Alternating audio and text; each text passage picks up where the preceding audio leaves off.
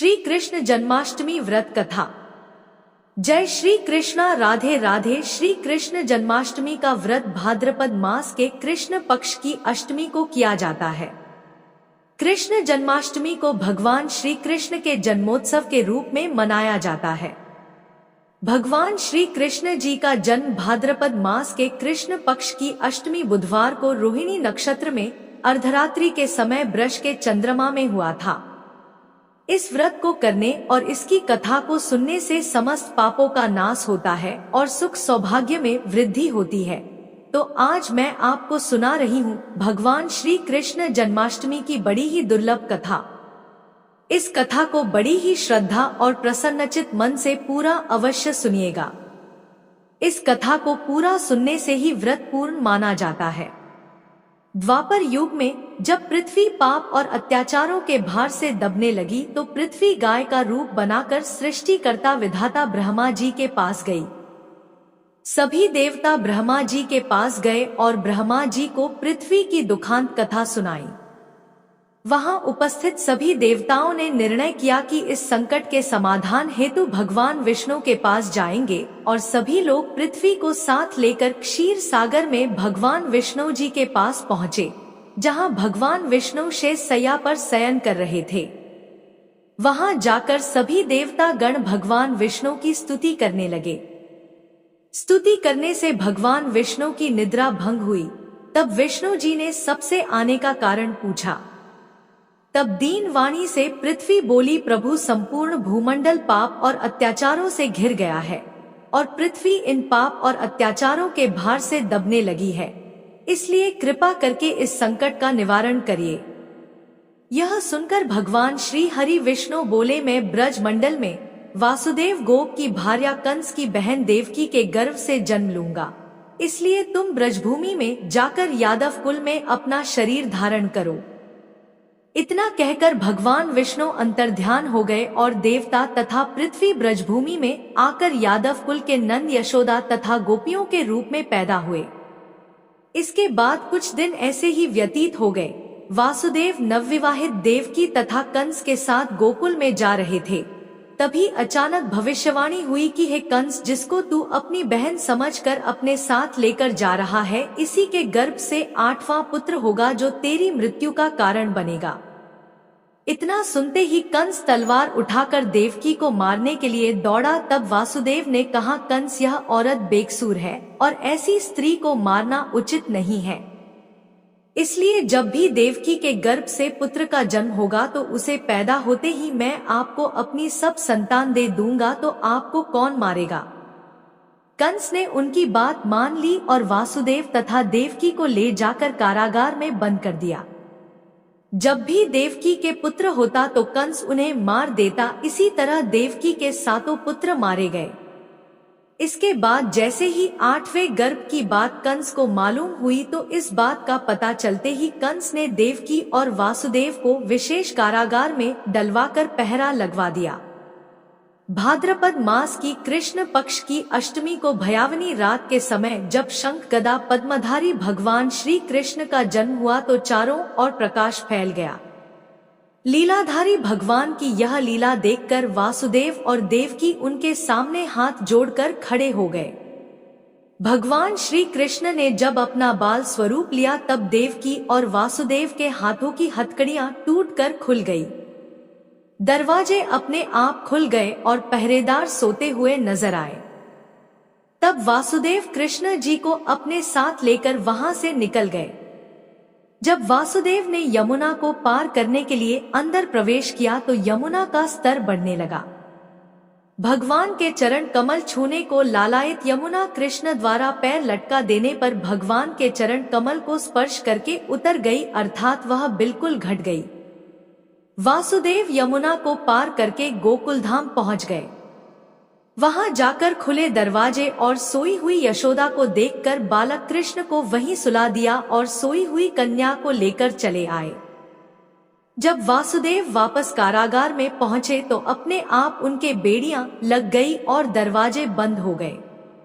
दरवाजे बंद होने के बाद वहां सोए हुए पहरेदार भी जग गए। हथकड़ियां लगने के बाद कन्या रोने लगी। तब जगे हुए पहरेदारों ने कन्या का रुदन सुनकर तुरंत कंस के पास खबर भेज दी कि देवकी का 8वां पुत्र जन्म ले चुका है। यह सुनकर कंस तुरंत दौड़ता हुआ वहां आया। जब कंस ने कन्या को हाथ में लेकर पत्थर पर पटकना चाहा तो कन्या हाथ से छूटकर आकाश में उड़ गई और साक्षात देवी के रूप में प्रकट होकर बोली कि हे दुष्ट, तुझे मारने वाला गोकुल में नंद के घर में उत्पन्न हो चुका है और इससे तेरी मृत्यु सुनिश्चित है।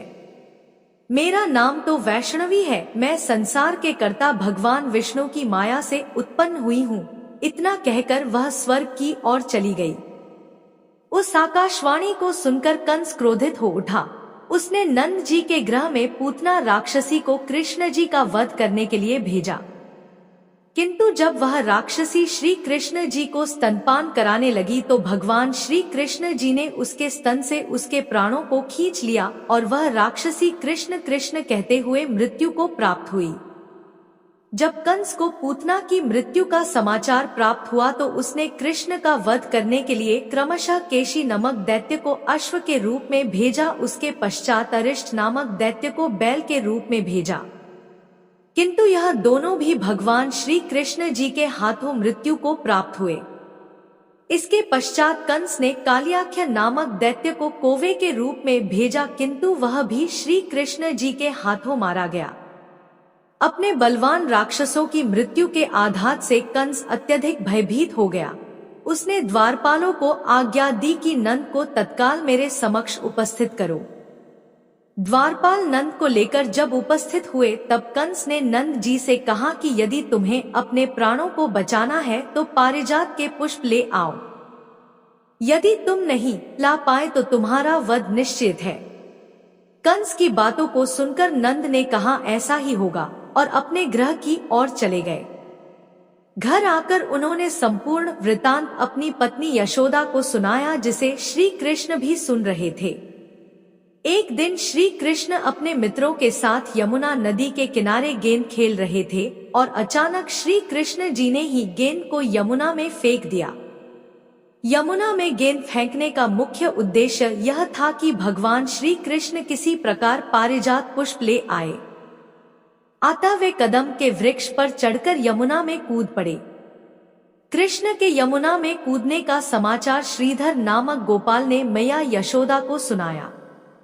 यह सुनकर यशोदा भागती हुई यमुना नदी के किनारे आ पहुंची और उन्होंने यमुना नदी की प्रार्थना करते हुए कहा, है यमुना माता, यदि मैं बालक को देखूंगी तो भाद्रपद मास की रोहिणी युक्त अष्टमी का व्रत अवश्य करूंगी, क्योंकि दया दान सज्जन प्राणी ब्राह्मण कुल में जन्म, रोहिणी युक्त अष्टमी, गंगाजल एकादशी, गया श्रद्धा और रोहिणी व्रत ये सभी दुर्लभ है। हजारों अश्वमेध यज्ञ, सहस्त्रों राजसूय यज्ञ, दान, तीर्थ और व्रत करने से जो फल प्राप्त होता है वह सब श्री कृष्ण जन्माष्टमी के व्रत को करने से प्राप्त हो जाता है। यह बात नारद ऋषि ने इंद्र से कही थी। इंद्र ने कहा, है मुनियों में श्रेष्ठ नारद, यमुना नदी में कूदने के बाद उसे बाल रूपी कृष्ण ने पाताल में जाकर क्या किया, यह संपूर्ण वृतांत भी बताइए। नारद जी ने कहा है, इंद्र पाताल में उस बालक से नागराज की पत्नी ने कहा कि तुम यहाँ क्या कर रहे हो, कहाँ से आए हो और यहाँ आने का क्या प्रयोजन है। नाग पत्नी बोली, है कृष्ण, क्या तूने धूत क्रीड़ा की है जिससे अपना समस्त धन हार गया है? यदि ये बात ठीक है तो कंकर, मुकुट और मंदिरों का हार लेकर अपने गृह में चले जाओ, क्योंकि इस समय मेरे स्वामी शयन कर रहे हैं। यदि वे उठ गए तो वे तुम्हारा भक्षण कर जाएंगे। नाग पत्नी की बातें सुनकर श्री कृष्ण जी ने कहा, है कांते, मैं किस प्रयोजन से यहाँ आया हूँ वह वृतांत मैं तुम्हें बताता हूँ। समझ लो, मैं कालिया नाग के मस्तक को कंस के साथ जुए में हार चुका हूँ और वही लेने मैं यहाँ आया हूँ। बालक कृष्ण की इस बात को सुनकर नाग पत्नी अत्यंत क्रोधित हो उठी और अपने सोए हुए पति को उठाते हुए उसने कहा, है स्वामी, आपके घर यह शत्रु आया है, अतः आप इसका हनन कीजिए। अपनी स्वामिनी की बातों को सुनकर कालिया नाग निद्रा अवस्था से जाग पड़ा और भगवान कृष्ण से युद्ध करने लगा। युद्ध में कृष्ण जी को मूर्छा आ गई। इस मूर्छा को दूर करने के लिए उन्होंने गरुड़ का स्मरण किया। स्मरण होते ही गरुड़ जी वहां आ गए। भगवान श्री कृष्ण जी अब गरुड़ पर चढ़कर कालिया नाग से युद्ध करने लगे और उन्होंने कालिया नाग को युद्ध में पराजित कर दिया। अब कालिया नाग ने भली भांति जान लिया था कि मैं जिनसे युद्ध कर रहा हूँ वे और कोई नहीं, स्वयं भगवान विष्णु जी के अवतार श्री कृष्ण जी हैं। अतः कालिया नाग ने भगवान श्री कृष्ण के चरणों में साष्टांग प्रणाम किया और पारिजात से उत्पन्न बहुत से पुष्पों को मुकुट में रखकर श्री कृष्ण जी को भेंट किया। अब श्री कृष्ण जी चलने को हुए तब कालिया नाग की पत्नी ने कहा, है स्वामी, मैं कृष्ण को नहीं जान पाई। हे जनार्दन, मंत्र रहित, क्रिया रहित, भक्ति भाव रहित मेरी रक्षा कीजिए। हे प्रभु, मेरे स्वामी को मुझे वापस दे दीजिए। तब श्री कृष्ण जी ने कहा, है शर्पणी, दैत्यों में जो सबसे बलवान है उस कंस के सामने मैं तेरे पति को ले जाकर छोड़ दूंगा, अन्यथा तुम अपने ग्रह को चली जाओ। अब श्री कृष्ण जी कालिया नाग के फन पर नृत्य करते हुए यमुना के ऊपर आ गए। उसके बाद कालिया नाग की फूंकार से तीनों लोग कंपायमान हो गए। अब श्री कृष्ण जी कंस की मथुरा नगरी की ओर चल दिए।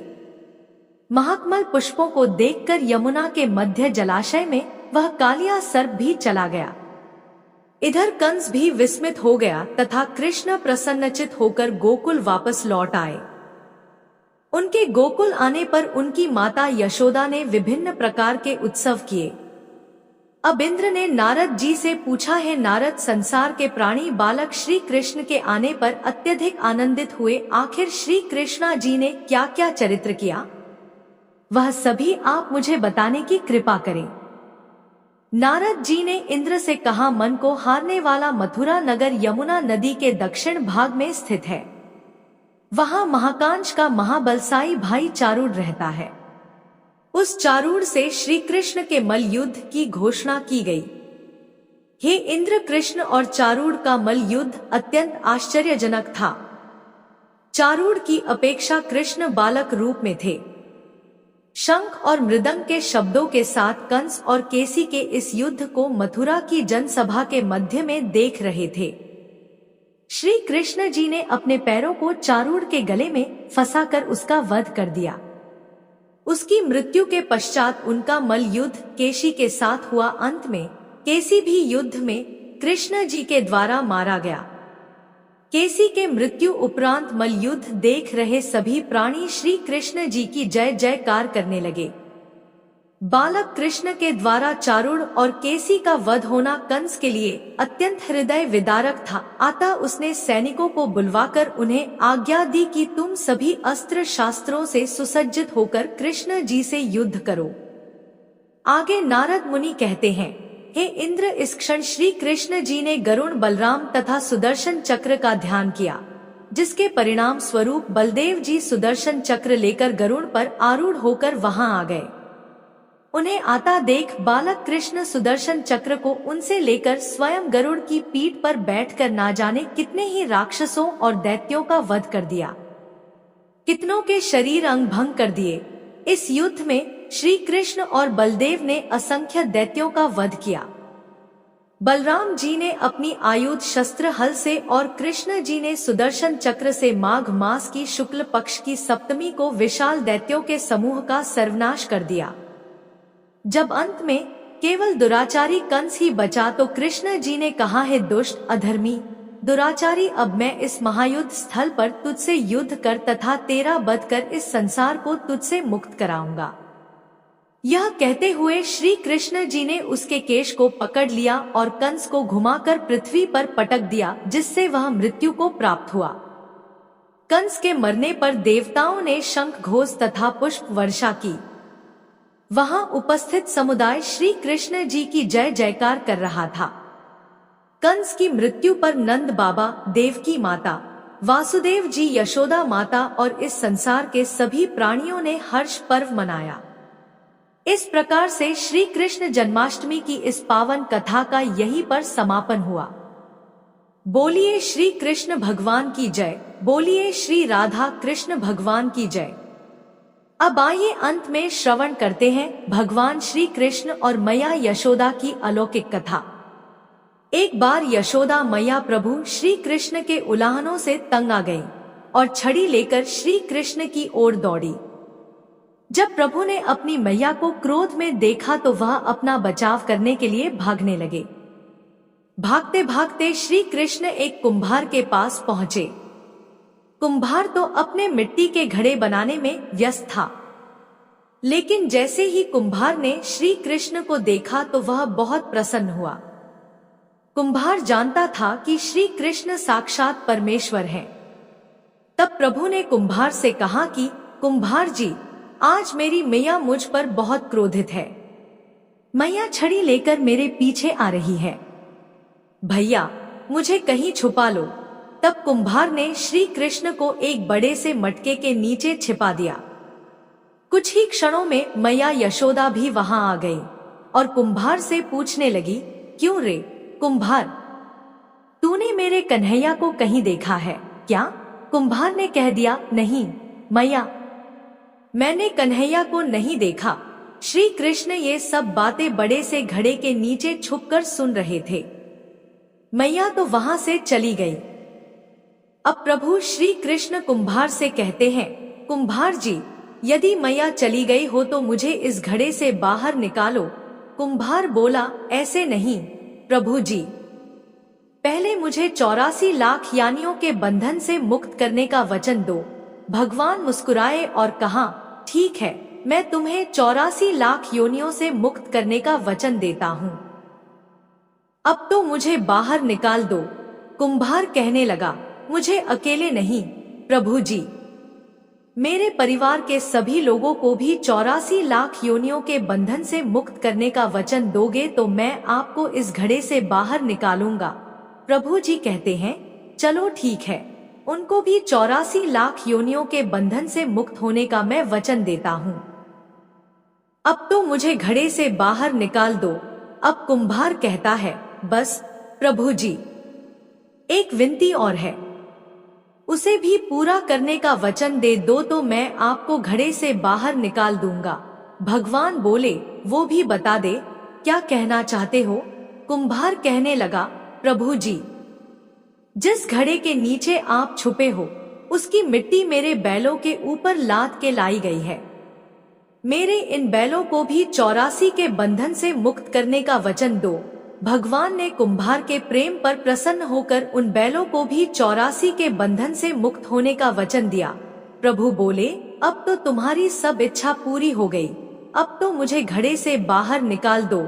तब कुम्हार कहता है, अभी नहीं भगवान, बस एक अंतिम इच्छा और है, उसे भी पूरा कर दीजिए, और वो ये है, जो भी प्राणी हम दोनों के बीच के इस संवाद को सुनेगा उसे भी आप 84 लाख योनियों के बंधन से मुक्त करोगे। बस यह वचन दे दो तो मैं आपको इस घड़े से बाहर निकाल दूंगा। कुम्हार की प्रेम भरी बातों को सुनकर प्रभु श्री कृष्ण बहुत खुश हुए और कुम्हार की इस इच्छा को भी पूरा करने का वचन दिया। फिर कुम्हार ने बाल श्री कृष्ण को घड़े से बाहर निकाल दिया, उनके चरणों में साष्टांग प्रणाम किया, प्रभु जी के चरण धोए और चरणामृत पिया। अपनी पूरी झोंपड़ी में चरणामृत का छिड़काव किया और प्रभु जी के गले लगकर इतना रोए कि प्रभु में ही विलीन हो गए। जरा सोच करके देखिए, जो बाल श्री कृष्ण 7 कोस लंबे चौड़े गोवर्धन पर्वत को अपनी इकनी अंगुली पर उठा सकते हैं, तो क्या वो एक घड़ा नहीं उठा सकते थे? लेकिन बिना प्रेम रीझे नहीं नटवर नंद किशोर। कोई कितने भी यज्ञ करे, अनुष्ठान करे, कितना भी दान करे, चाहे कितनी भी भक्ति करे, लेकिन जब तक मन में प्राणी मात्र के लिए प्रेम नहीं होगा, प्रभु श्री कृष्ण मिल नहीं सकते। जय जय श्री राधे कृष्णा। अगर वीडियो पसंद आई तो हमारे चैनल को सब्सक्राइब करें। धन्यवाद।